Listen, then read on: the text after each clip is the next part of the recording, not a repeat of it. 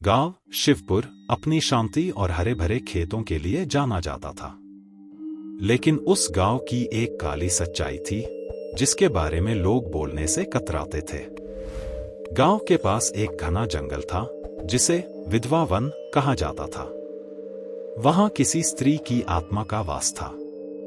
वह स्त्री रात के समय गांव में आती थी और गांव के पुरुषों को अपनी चपेट में ले लेती थी। कोई भी उस स्त्री को देखकर वापस नहीं लौटा था। लोगों का कहना था कि वह स्त्री विधवा थी जिसके पति को गांव वालों ने मार डाला था। वह अब बदला लेने के लिए हर अमावस्या की रात को प्रकट होती है और पुरुषों को अपनी ओर खींच लेती है। गांव के बुजुर्गों ने कई उपाय किए, लेकिन कोई भी इस भयानक घटना को रोक नहीं सका। एक दिन गांव में विकास नाम का एक युवक आया। वह गांव के एक पुराने परिवार से था, लेकिन सालों से शहर में रह रहा था। विकास को इस भूतिया घटना के बारे में पता चला तो उसने इसे एक अंधविश्वास मानते हुए हंसी में उड़ा दिया। गांव वालों ने उसे समझाने की कोशिश की, लेकिन उसने किसी की बात नहीं मानी। विकास ने ठान लिया कि वह इस डर को खत्म करेगा और सच्चाई का पता लगाएगा। अमावस्या की रात को विकास ने उस स्त्री का सामना करने का फैसला किया। वह जंगल के पास पहुंचा और रात का इंतजार करने लगा।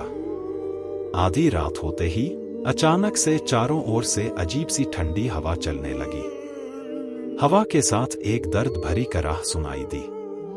विकास ने चारों ओर देखा, लेकिन कुछ नजर नहीं आया। तभी पेड़ों के बीच से एक धुंधली आकृति उभरने लगी। वह आकृति एक स्त्री की थी जिसका चेहरा बेहद भयावह था। उसकी आंखें लाल थीं और उसकी आवाज में गहरा दर्द था।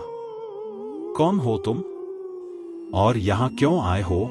स्त्री ने एक भारी आवाज में पूछा। विकास ने कांपते हुए कहा, मैं विकास हूं और मैं यहां तुम्हारी सच्चाई जानने आया हूं। तुम कौन हो? स्त्री ने एक दुख भरी मुस्कान दी और कहा, मैं उस काली रात की परछाई हूं जब मेरे पति को इस गांव ने मुझसे छीन लिया। मैं वही हूं जो हर अमावस्या की रात को अपने दर्द का बदला लेने आती हूं। विकास को अब समझ में आ गया था कि वह स्त्री किस दर्द में जी रही है। उसने कहा, तुम्हारे साथ जो हुआ वह गलत था, लेकिन क्या इसका बदला लेना ही रास्ता है? स्त्री की आंखों में आंसू आ गए। मेरा बदला ही मेरे अस्तित्व का कारण है। जब तक मेरे पति की आत्मा को न्याय नहीं मिलेगा, मैं मुक्त नहीं हो पाऊंगी। विकास ने उसकी बातों को समझते हुए कहा, मैं तुम्हारे पति की आत्मा को शांति दिलाने में तुम्हारी मदद करूंगा।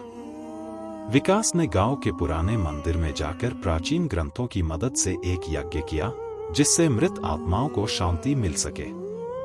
वह पूरी श्रद्धा के साथ उस यज्ञ को संपन्न कर रहा था कि अचानक से स्त्री की आत्मा वहां प्रकट हुई।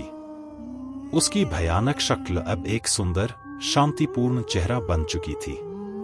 उसकी आंखों में कृतज्ञता के आंसू थे। तुमने मुझे मुक्त कर दिया, विकास। अब मैं और मेरे पति दोनों शांति पा चुके हैं, उसने कहा और एक उज्ज्वल प्रकाश में विलीन हो गई। उस दिन के बाद से गांव में किसी ने भी उस स्त्री की आत्मा को नहीं देखा। शिवपुर के लोग अब निडर होकर रात में भी बाहर जाते थे। विकास ने अपने साहस और बुद्धिमानी से न केवल उस स्त्री की आत्मा को मुक्त किया, बल्कि गांव वालों के दिलों में बसने वाले डर को भी हमेशा के लिए मिटा दिया।